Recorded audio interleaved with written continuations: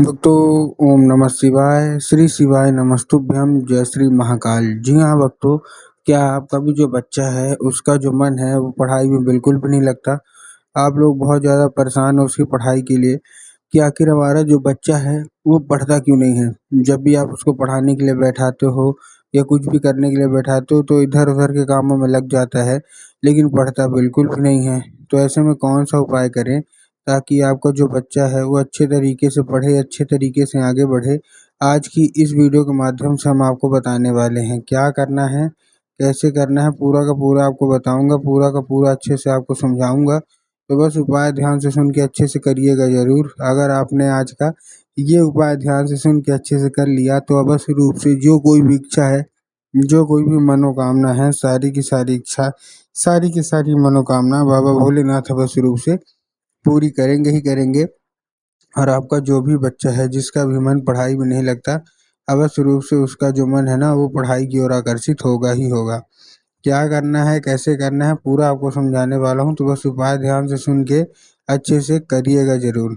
देखिए, पूज्य गुरुदेव की जो कथा होती है, जैसे कि आपको पता होगा कि पूज्य गुरुदेव की कथा में लाखों की भीड़ आती है। कैसे भीड़ आती है? लाखों की भीड़ आती है।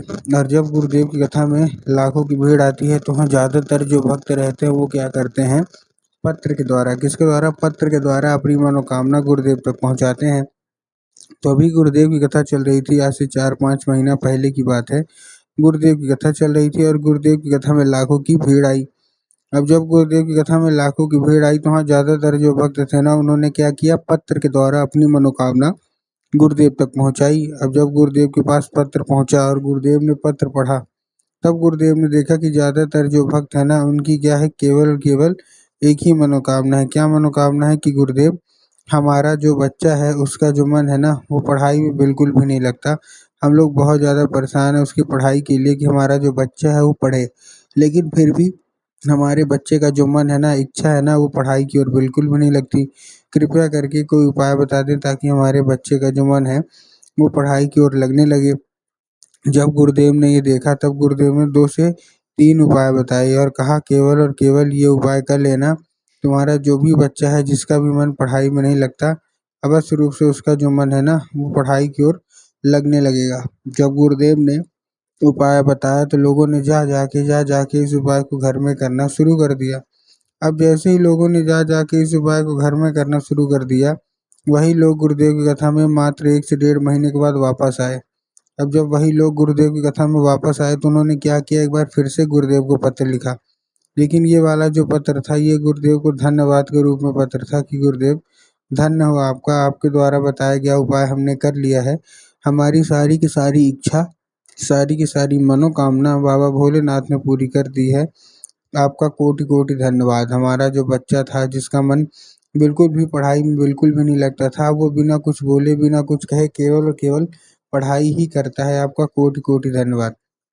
तो देखिए, जो लोग भी मेरी आवाज़ अभी सुन रहे हैं ना, अगर आपको भी जानना है कि आखिर ऐसा कौन-सा उपाय है जिसको करने मात्र से जो बच्चे होते हैं वो पढ़ाई की ओर आकर्षित होते हैं, तो चलिए हम बताते हैं आपको आज की इस वीडियो के माध्यम से कि आपको करना क्या है। तो बस उपाय ध्यान से सुन के अच्छे से करिएगा ज़रूर।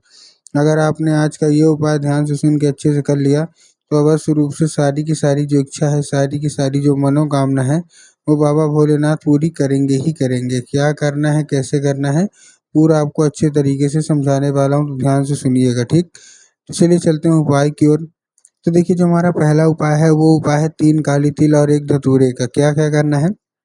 3 काली तिल लेना है और 1 धतूरा लेना है। अब देखिए, काली तिल और काली मिर्च में ना बहुत सारे लोग कन्फ्यूज़ हो जाते हैं कि काली तिल क्या है, काली मिर्च क्या है, हमको थोड़ा साफ-साफ बताओ। तब गुरुदेव ने साफ-साफ बताया कि आपको क्या लेना है, आपको लेना है काली तिल, ठीक? तो आपने काली तिल लिया, काली तिल लेने के बाद आपको करना क्या है, जैसे आपने काली तिल लिया, काली तिल लेने के बाद आपको क्या करना है, 1 धतूरा ले लेना है। तो 3 काली तिल और 1 धतूरा, और ये अपने बच्चे को आपको दे देना है।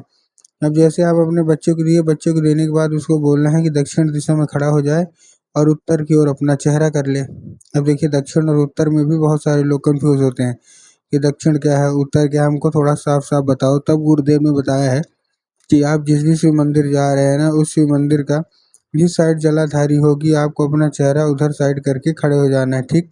खड़े हो गए, खड़े होने के बाद आपको एक नाम लेके, कौन-सा?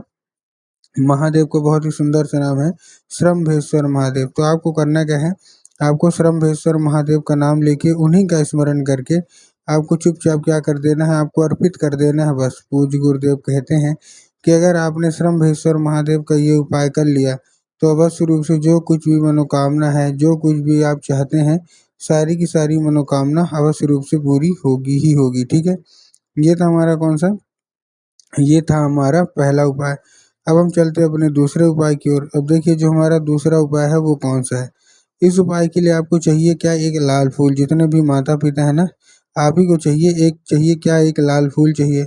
अब जब आपने लाल फूल ले लिया तो लाल फूल कोई सा भी ले लीजिए, गुलाब का ले लीजिए, गुड़हल का ले लीजिए, जो भी आपको अच्छा लगे आप ले लीजिए। लेने के बाद उसको क्या करना है, इस उपाय की सबसे अच्छी बात क्या है कि इस उपाय को आपको अपने घर में ही करना है। आपको कहीं और मतलब बाहर जाने की ज़रूरत नहीं है।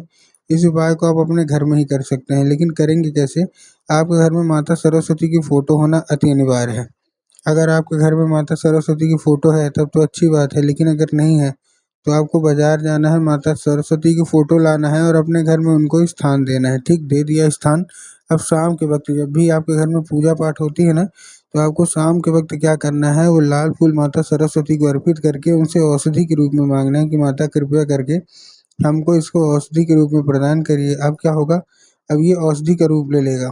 तो बस आपको करना क्या है, उसी रात जब आपका बच्चा खाना पीना खा के सो जाए तो आपको लाल फूल उठाना है और अपने बच्चे के माथे पे 2 से 3 बार आपको क्या कर देना है, फेर देना है। पूज्य गुरुदेव कहते हैं कि इस फूल के ज़रिए जो है ना, स्वयं माता जो सरस्वती हैं वो उसके दिमाग में प्रवेश कर जाती हैं और उसका जितना भी दिमाग इधर-उधर के कामों में लगता था, वहाँ से ना लग के केवल और केवल जो उसका दिमाग है ना, वो पढ़ाई की ओर आकर्षित होगा ही होगा। ठीक है, ये था हमारा कौन-सा, ये था हमारा दूसरा उपाय। अब हम चलते हैं अपने तीसरे और आखिरी उपाय की ओर। अब देखिए जो हमारा तीसरा और आखिरी उपाय है, इस उपाय में आपको करना क्या है। जो हमारा तीसरा और आखिरी उपाय है, इस उपाय में सबसे पहले आपको एक पान का पत्ता लेना है और पान के पत्ते के ऊपर आपको शहद का लेपन कर देना है। किसका, शहद का। ठीक, शहद का लेपन कर दिया, चिकने साइड करना है। बहुत सारे लोग दूसरे साइड कर देते हैं, तो आपको ध्यान रखना है जो चिकना साइड होगा ना उधर ही करना है। ठीक, कर दिया। अब करने के बाद अपने बच्चे के हाथ में दे के उसको भेज देना है कहाँ, सीधा-सीधा शिव मंदिर। अब जैसे ही आपका बच्चा शिव मंदिर पहुँचेगा, आपको उसको क्या बोलना है, आपको उसको सिंपली सा एक काम बोलना है कि भगवान भोलेनाथ के ऊपर अर्पित ना करे, वो माता शुक सुंदरी के ऊपर अर्पित कर दे। अब देखिए जिनको पता है कि माता शुक सुंदरी की जगह कहाँ होती है उनका तो ठीक, लेकिन बहुत सारे ऐसे लोग हैं जिनको यही नहीं पता कि माता शुक सुंदरी की जगह होती कहाँ है। तब गुरुदेव ने साफ-साफ बताया है कि आप जिस भी शिव मंदिर जा रहे हो ना, उस शिव मंदिर का जो जलाधारी है, जलाधारी बिल्कुल बीचों-बीच जगह होती है। तो बस आपको वहीं अर्पित करवा देना है बस। पूज्य गुरुदेव कहते हैं ज़्यादा से ज़्यादा 1 महीना या ज़्यादा से ज़्यादा 1.5 महीना, इतने की सारी मनोकामना पूरी होगी ही होगी।